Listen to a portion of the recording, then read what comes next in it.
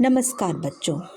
पिछली कक्षा में हमने कबीर के शब्द को जाना।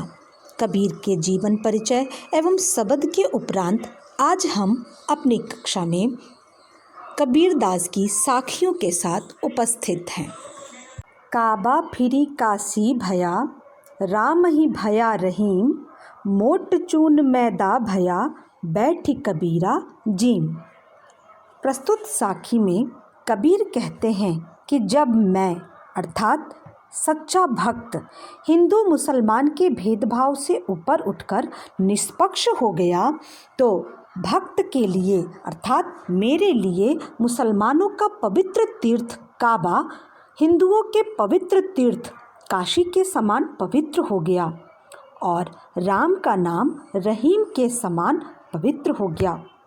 जिसे मैं मोटा आटा समझकर अखाद्य वस्तु समझता था वही मेरे लिए बारीक मैदा हो गया और अब मैं उसे बैठकर आराम से खा रहा हूँ। आशय यह है कि धार्मिक भेदभाव के नष्ट होने पर भक्त के मन में हिंदू मुसलमान और राम रहीम के नाम पर बसी दुर्भावनाएं दूर हो गईं। हिंदू मुसलमान का भेदभाव समाप्त होने पर मुसलमानों का पवित्र स्थल काबा भी हिंदुओं के पवित्र स्थल काशी के समान पावन प्रतीत होने लगा। धार्मिक कट्टरता नष्ट होते ही राम और रहीम में कोई अंतर न रहा। वे दोनों एक ही ईश्वर के रूप नजर आने लगे। विभिन्न धर्मों की खटकने वाली बातों को मोटा चून कहा गया है और अपनाने वाली अच्छी बातों को मैदा कहा गया है। इस दोहे में कबीर दास ने हिंदू मुसलमान या अन्य धर्मों के भेदभाव से दूर रहने की प्रेरणा दी है।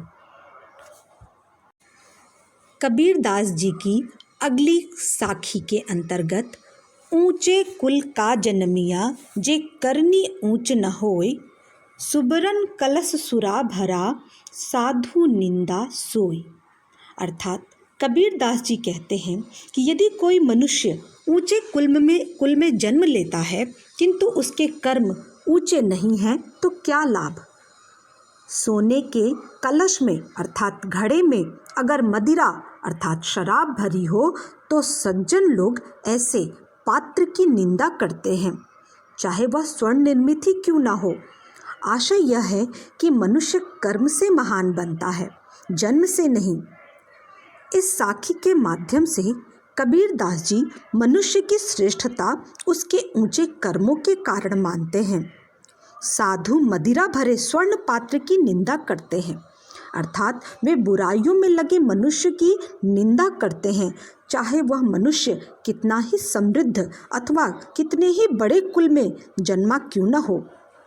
धनी और सभ्य परिवार से संबंधित मनुष्य यदि अपने कर्मों से समाज का कल्याण नहीं करता तो वह सम्मानित नहीं हो सकता।